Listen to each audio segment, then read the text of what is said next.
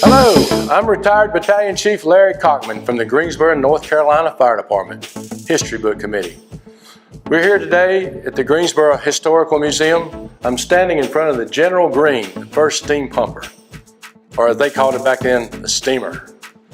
Today, December 9th, 2019, we are starting a new tradition of recording and preserving the heritage and culture of our retirees. Our retirees have contributed so much to the success of our great fire department. Their stories retire with them and are sometimes gone forever when they pass away. They will share their emergency calls that will always be a part of their memories forever. So sit back and listen as they carry us through their journey in the Greensboro Fire Department. Clarence E. Hilliard Jr. I'm 77 years old. Retired April 1st, 1996 as a battalion commander or assistant chief, whatever you want to call us. 32 years service. I was born in Greensboro. Lived in Greensboro, I think I said about 3 years old, and then we moved to Guilford County, and I lived there until after we was married and moved out into another part of Guilford County. When I came on the fire department, I came out of service in October of 1963. I went to work for Crane Supply Company down on Linden Street doing inventory control. And I was out of my mind doing that. Somehow or another, somebody got me interested in McLeansville Volunteer Fire Department. And I started running some calls with McLeansville. And a lot of people remember V.W. Cobb. He was kind of the training officer or something down there. And he did some training for us, and I'm thinking, I like this. So why can't I get paid for it? So that's through Wayne Brown kind of encouraged me. There was a family, not a kin, but relationship between Wayne and his wife and our family. And Wayne encouraged me to apply to the fire department, and I did, and probably in January of '64, and I got hired in April of '64.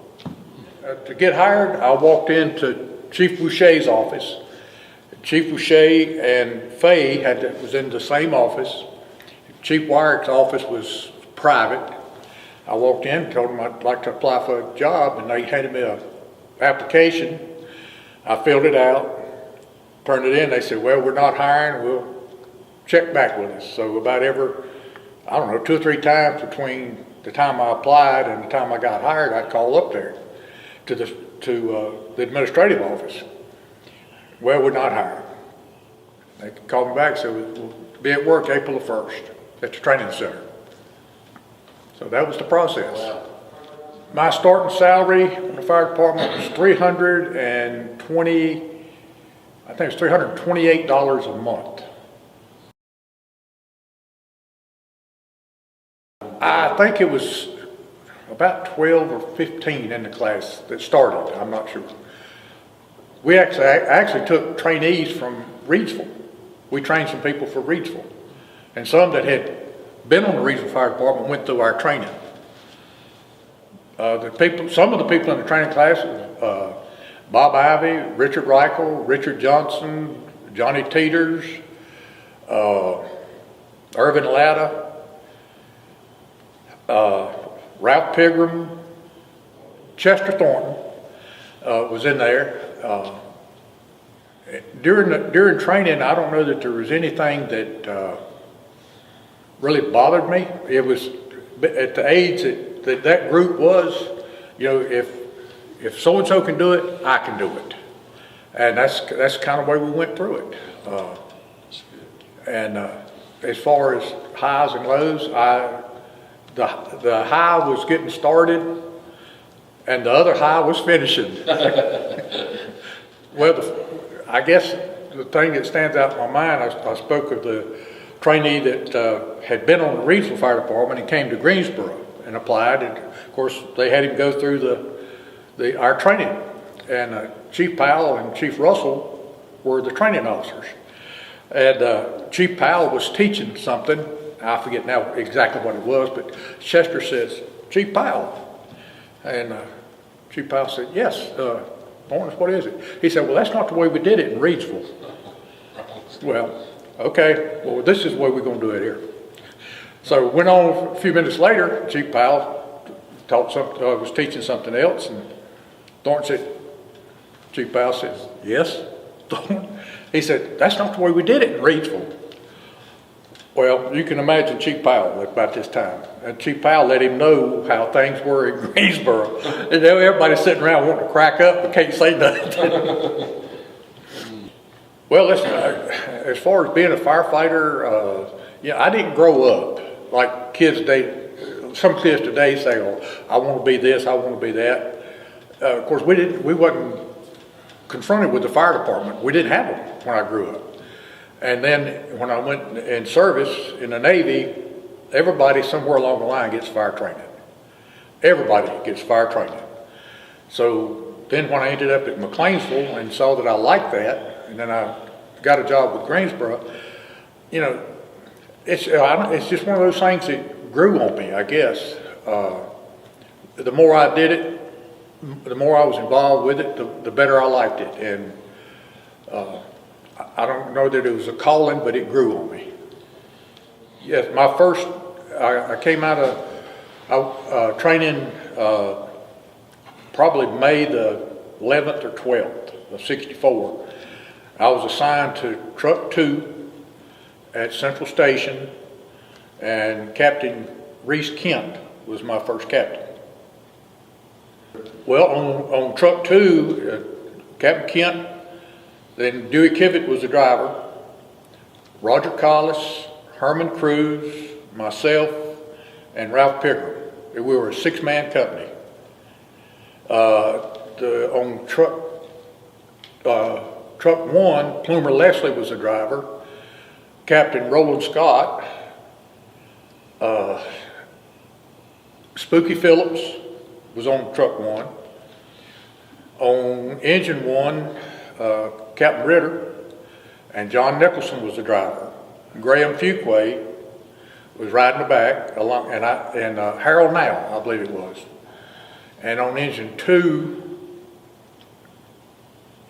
Captain Parrish, and I think Jim Goins was the driver, and Fred Lawrence was on that truck. Also on, let's see, Gary Falk. Gary Falk was on Engine 2, I think. Yeah. What was it? Big Bird. Nobody would ever fess up to it. I got suspicions. I think Jerry Phillips was involved in it. And I later got wind that Terry Wallace was involved in it. Now, I can't vouch for either one of them. Well, I'm going to tell you after all these years. Tell me. Ed Sawyer. Ed Sawyer? Ed Sawyer. That does not surprise me. That does not surprise me. Well, I don't know. PETA might get me for this one, but I was at Station 7. J.W. Manus was at Station 7. I was either working his shift or he was working my shift. One afternoon after class, J.W. came in there and said, "Clarence, can you help me a minute?" I said, "Yeah, J.W., what you got going?" He said, "Come on over here to the bedroom." Went in the bedroom, he had a tomcat in there, in the bedroom. He said, "I need some help with this tomcat." I said, "What are we going to do with this tomcat?" He said, "Well," "I'm going to castrate him." I said, "You're going to castrate this tomcat?" He said, "Yes, I want you to hold him." I said, "J.W., how am I going to hold a tomcat for you to castrate him?" He said, "Well," "I'm not going to cut him, so I'm going to use rubber bands." I said, "Okay, how are we going to hold him?" He said, "I got that figured out too." Okay, how are we going to do it? He got a turnout coat, and we stuffed that cat in the sleeve of a turnout coat with just his back end sticking out. J.W. put rubber bands on that cat. Well, 2 or 3 days later, I saw J.W. and I said, "J.W., have you seen the cat?" He said, "Yep." I said, well, where is he? He said, well, he got run over on Wendover. I said, he got run over? I said, how was it? He said, well, the cat was kind of despondent and said, I think he committed suicide. That is a genuine joke for sure. I like it. That's funny. Something that happened at Central Station. Back then, we kept our equipment was clean, top to underneath. Bob Atkins and I was out in the drill yard. We were the rookies. We had to clean the ladder. I mean, all the grease off the rails of the ladder. We got started there, and we ended up underneath the truck with bar salt, wiping down the bottom of the truck. Bob was laying under there, and a bucket of Varsol water, grease, oil, all this under there. He was reaching up, wiping, and his shirt had pulled out from his trousers. I don't know what made me do it, but I took a towel. I rolled it up and I popped it, and it hit him right on that bare spot. Well, his head went up he jumped over his head, rattling around. I took off running. And we ran for, I don't know, he chased me. I finally hid out there where the old rescue truck was parked, and he finally found me. I didn't have nowhere to go, and he threw that bucket of Varsol and water and everything, just covered me in it. But we laughed after it was over. He was mad. I was laughing. But afterwards we laughed about it. That's a good one. The union activity, it started out with the Archer Hill Uprising. It wasn't a union. We got together as a group and had an uprising. And actually, from that uprising, it started out, we got shorter hours. And of course, the city wouldn't negotiate anything with us because it was against the law. But then the International Association of Firefighters sent Charlie Hall, he was one of the vice presidents, sent him in here. We had meetings. Went to Raleigh and met with the legislature and all this and other, because in the state of North Carolina, it was against the law for public service employees to have a union. It went as far as the Supreme Court. The Supreme Court says you cannot stop them from having a union. Okay, so now we got a union. So then the North Carolina legislature says, okay, we make it a law that government employees can't negotiate a contract with the city or the county or the state or whatever. Well, I joined the union, and we went several years paying union dues, but we wasn't getting anything but insurance. We had the little insurance policy through the union, and they tried to negotiate with the city. The city, we can't, it's against the law. So I said, why stay in the union if we don't have a contract?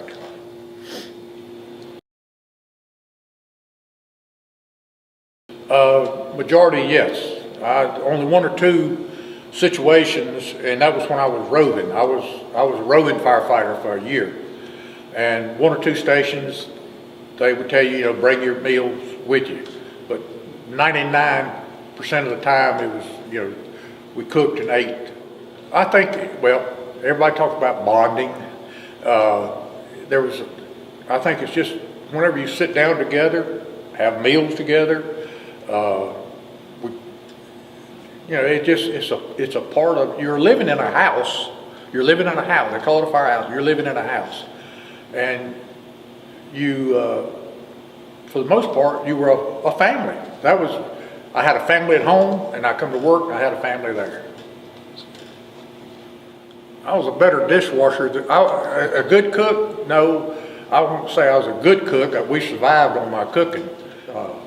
I was a salad maker, beans, cornbread, macaroni and cheese, slaw, that sort of stuff. I haven't visited fire stations a whole lot, probably less than a half a dozen times since I retired, and communication with other firefighters has been minimal. Usually I see them out somewhere. And what I think they spend so much time now on calls that their downtime is they try to rest. Some companies are running, I understand, 15, 20 calls a day. So there's not much downtime. Time you get cleaned up and do the reports and all this, that, and other. So we had a lot more downtime because we didn't run medical calls either. Well, why is it important to interact with retirees? I think it's gives you a perspective, it gives them a perspective of what life was versus what life is. In 1964, life was a whole lot different at the fire station than what it is today. And these younger firefighters, from what I can understand, they're better educated, they're better trained, they have more things that they're confronted with than what we did. We went to work to fight fire. And when we wasn't fighting fire, we kept the equipment clean, kept the houses clean. We trained, not like they do today, but we trained. And other than that, we had together time. You know, we did the pool table. We had the card games, which I understand they don't have that anymore, as far as I know. But probably the city is getting more bang for their buck today from the firefighters than they got from us. But we did what our job said. As far as what firefighters do off duty today, I really can't, I don't know. Most of the ones I talk to have businesses, not just part-time jobs. They have businesses they're running, especially, you know, lawn care and landscaping, that sort of stuff.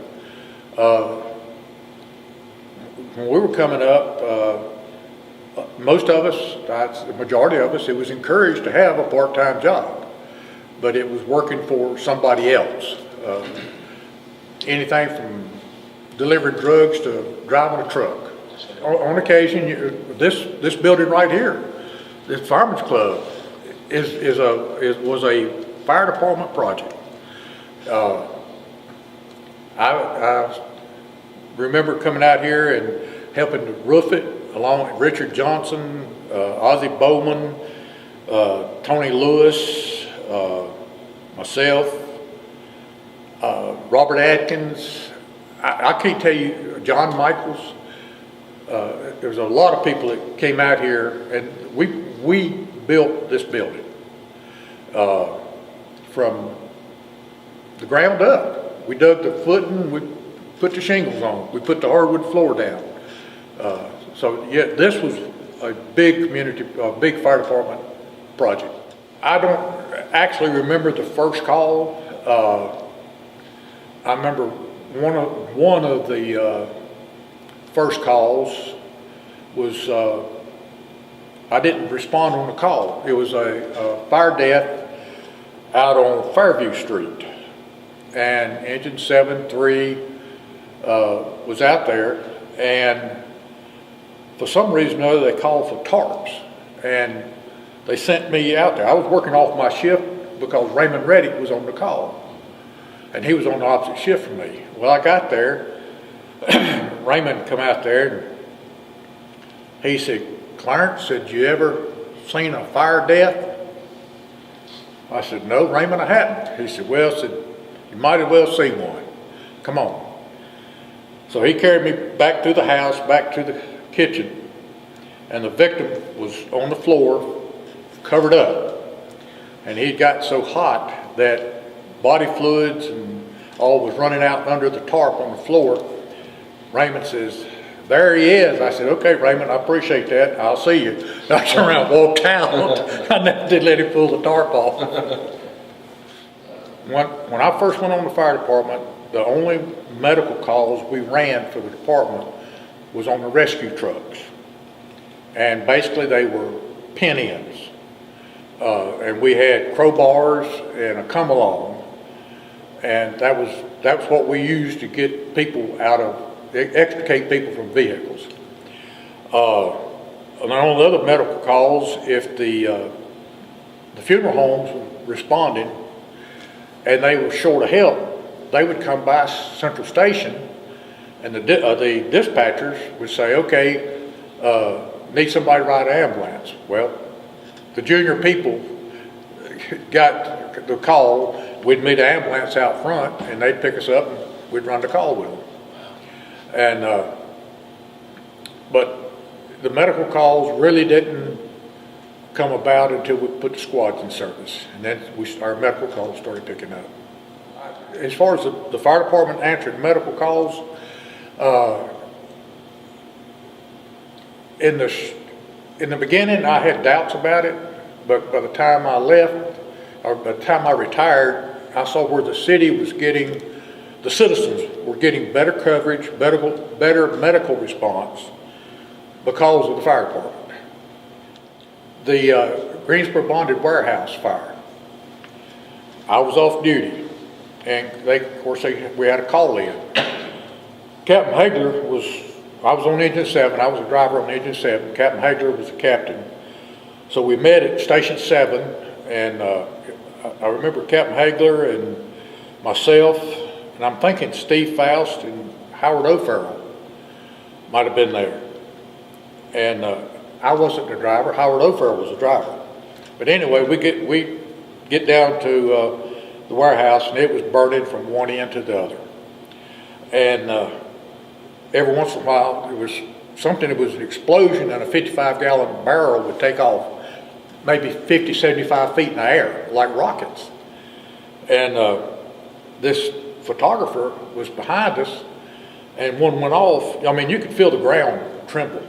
And that photographer said, man, I hate I missed that. And we told him, said, just wait a minute, said, there'll be another one. And it was. And we were dragging 2.5, 3-inch hose down the railroad track through exposure lines. It wasn't no need fighting a fire, and it was gone.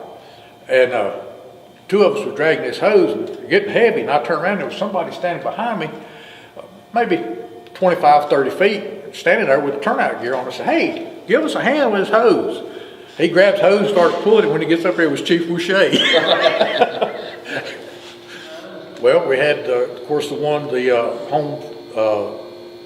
Savings Loan fire there on Holman Avenue when I was on the snorkel. And that same night, we had a fire on Davie Street, not the big Davie Street fire, but another separate building. I was on that one. The Eckerd's Drug at Northeast Shopping Center. The first Summit Shopping Center fire, I was on it. The second Summit Shopping Center fire, I was captain on Engine 7. And when we got the call, I went to the door, and to open the door at Station 7, you could see it already. Well, I had my drivers to rotate, and it was John Michael's day to drive. Ray Flowers was the driver. And so when I opened the door, I turned around to John. I said, John, we want the hydrant in front of on Summit Avenue right in front. I said, I want you to lay 2 lines in and 2 lines out and hook up at the hydrant. John says, Ray, you want to drive? So, who ended up driving? Ray. Oh, wow. Ray drove. And when we got to Summit Avenue, Engine 2 maybe had already got our hydrant. So we went around to the back at, I believe it was Park Avenue and Sullivan Street. And Chief Harris told us, I want y'all to hook up and get me 4 lines on the ground. And so that's what we did. And but the first fire at Summit Avenue was when it started it was a paint store. And I was on Engine 7, and we were making an attack on the front of the building. Chief Warwick got there, and he had truck 2 to set up, use a ladder pipe. Well, as we were trying to get in, the ladder pipe comes on and pushes us back out in the street. Well, Captain Newnham, he was our captain, and he turned around and told Chief Warwick was saying, you people got to get in, you people got to get in. Captain Newnham turned around and says, if you'll turn them ladder pipes off, we'll get in. Of course, Mick used some expletives to lead it, but Chief Warwick had the ladder pipes turned off. We started in, a few minutes later, Chief Warwick left. the 9/11 incident, I think, just seeing what went on, knowing what those firefighters went through, yeah, I don't know that you empathize. You think, man, I'm glad that wasn't me. I'm glad I wasn't on that call. And you know, it just, I can't explain the feeling. And there's no way to explain it. And just this past week, there's guys that was there that are dying now because of what they were exposed to.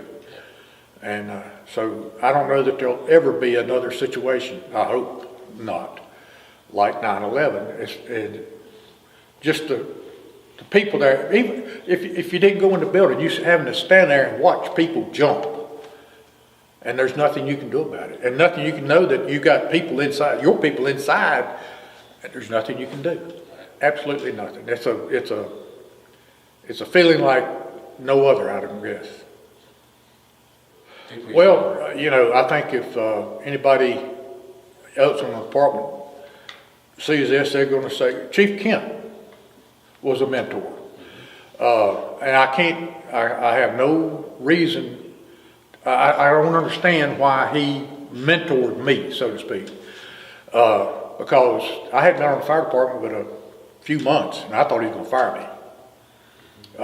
We had a little confrontation, and you know, I was ready to quit. And but further down the road, he put me in some situations that enhanced my career, and I guess we came to an understanding. On the fireground, actually, fireground attack, I don't think there was anybody that I admired more than Captain Noonan, because he had one way to go, and that was all in. As far as challenges are concerned,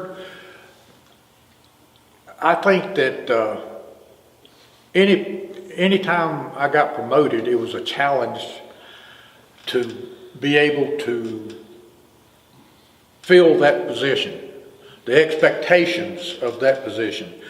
And I think it started when I was promoted, if it was called a promotion then, to a driver. A few nights before, or a few days before that I was actually going to take over the job as driver on Engine 7, I knew how Captain Unum was about territory. He knew every street in Greensboro and every block number in Greensboro. And I'm thinking, gosh almighty, if I get up there and get in the driver's seat and I don't know where I'm going, Mick's going to kill me. Sometimes I get up at 3 and 4 o'clock in the morning at home and get in my car and go out and ride streets, trying to familiarize myself with the territory. And then, you know, to me that was a challenge, to be able to get Captain Unum's approval of how I could get around the territory. I didn't know the whole town, but I tried to know my territory. Would I do anything different, or would I do it all over again? Circumstances being like they were in 1964 when I was in the department, yes, I would do it again. In today's environment, I don't know whether I would do it or not. I'm not a politically correct person, and I don't know that I could manage the things today that people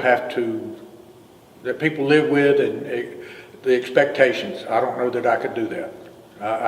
I'm too old. I've seen too much. So I don't know that I'm not politically correct. I think one of the things that I would have done different, I would have become or participated in the fire science program at GTCC. Because, well, right now, education is what gets you ahead. I was fortunate in a way. I had a year of college after high school. Of course, we don't need to talk about that, the grades and all. They're not need to be talked about. But then after being on the department for a while, and especially towards the end of my career, I saw what education would do for you. So I would, anybody that's wanting to get ahead in the fire department, they need an education now. And that's one of the things that I think I lacked. Some of the things a couple of incidents really bothered me.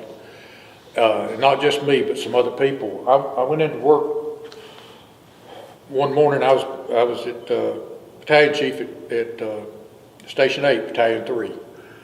We hadn't been, in fact, it might have been just a few minutes before 8, we got a call over off of Spring Garden Street. I don't remember the name of the street, but we got there and the place was pretty well involved.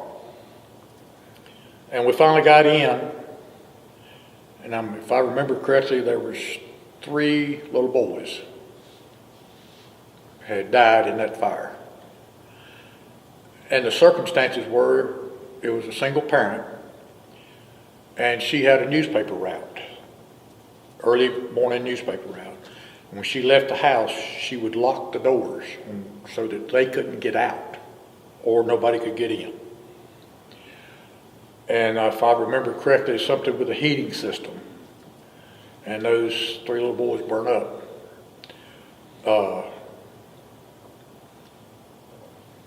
I think I was battalion commander, and Parker was a battalion chief. I don't remember who the captain was on Engine 8. But it was my first involvement. We didn't know back then what PTSD was.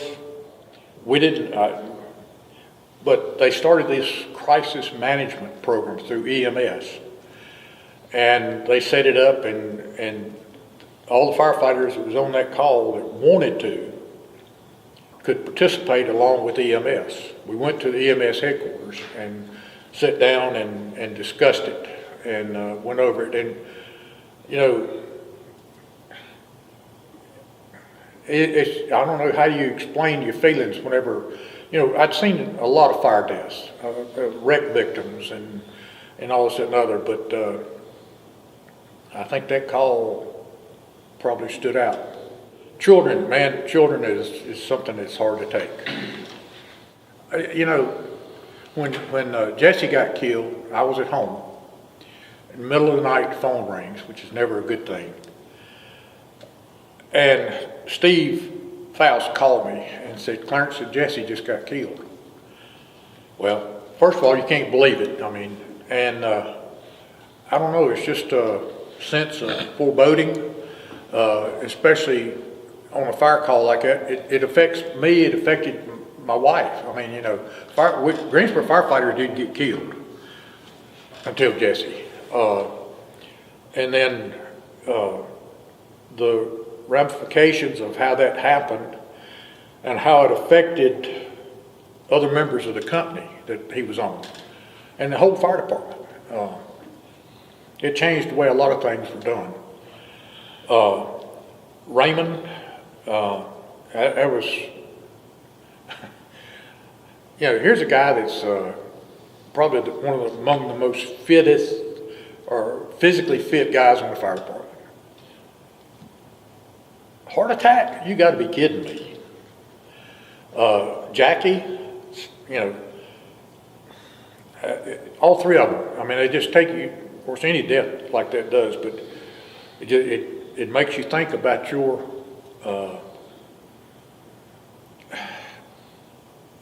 ability to survive, I guess is one way to put it. But it's never a good. There's no good situation about it. There's nothing good about it. My military service, I think when I went on the fire department, the fire department was a quasi-military organization. A large part of the members of the fire department were former military, and a lot of them were World War II veterans. And so fitting in was not a problem. course, like being in the Navy, of course, we had firefighter training, so that was a plus. And but yeah, I think the military was definitely a plus. A successful firefighter to me is one that is happy going to work, is happy in his job, he attains the goals that he sets for himself. He takes into account what he can do to improve himself and improve the department and work in harmony with the other people in the company. My dad's, he was always loyal to his job. He never missed work for just any reason other than he was sick or vacation. I never knew him to lay out a day, and once he went to work for a company, his idea was to stay there until he left, or the company left him, I guess, in which that happened at Cone Mills with the power plant, because they shut the power plant down. But he ended up with the city, and he stayed there about 20-some years. So he always gave the job its due. What I would like for the fire department to remember about me is that I tried to be fair in my dealings with the people that work for me. I had good people. 99.9% of the people I had working for me were good people, and I tried to be fair. Well, I'd like for my family to remember me again, that I provided for them the best I could. I tried to instill in them a need to educate themselves or be educated, and here again, to be loyal to whoever they work for, and to have a sense of responsibility. The value I see in what we're doing here today goes to about any kind of profession, and that the people that's coming on, that's getting into this profession, needs to know where it is today and where it came from. I think you need some perspective to be able to at least maintain the job as it was when you came on, or to improve it. And without history, how do you know whether you're improving it or not? No, if I was to say anything to anybody, it would probably be to my family. And that when I went on the fire department, I wasn't married. A year to the day after I went on the fire department, I got married. And so at that time, we was working 24 on, 24 off, had Kelly days, and then of course we went to a shorter work week and all this and another. So my wife had to, like all the other fire department wives, they had to adapt to that. And going Christmas Day, you get up, you go to work. Thanksgiving, you get up, you go to work. Anniversaries, you get up and go to work. That was, you had to do that. And kids, they're 2, 3, 4 years old, Christmas morning, you're leaving to go to work. That was tough. And I spent a lot of time in different schools and all over the country, from Dallas, Texas to Maryland, and away from home, teaching and going to class. And they put up with that. And I spent a lot of time away from my family. And, I look back at it now and say, maybe I missed some of the things, the ball games and the PTA meetings and this sort of thing that I missed, that people working a 8-hour day job, you know, they don't miss those things. I missed a lot of that stuff, and you know, but that was a part of the job, and we had to adapt. We hope you enjoyed watching these documentaries. It was our goal to share and preserve the memories of our retired Greensboro firefighters. It is our desire that these documentaries will inspire future generations to continue the brotherhood, sisterhood, and camaraderie while always striving for excellence in their careers. While fire apparatus, equipment, and technology have improved, several things will always remain the same. The courage and bravery it takes to mitigate natural and man-made disasters will always be a part of the job. Although our retirees are no longer a physical part of the GFD world, a giant piece of each retiree's memories have been shared with you today. These memories will be in their hearts and minds forever. A special thank you goes out to Captain Harold Haney for his many long hours of recording and editing. Thank you, Harold. A job well done.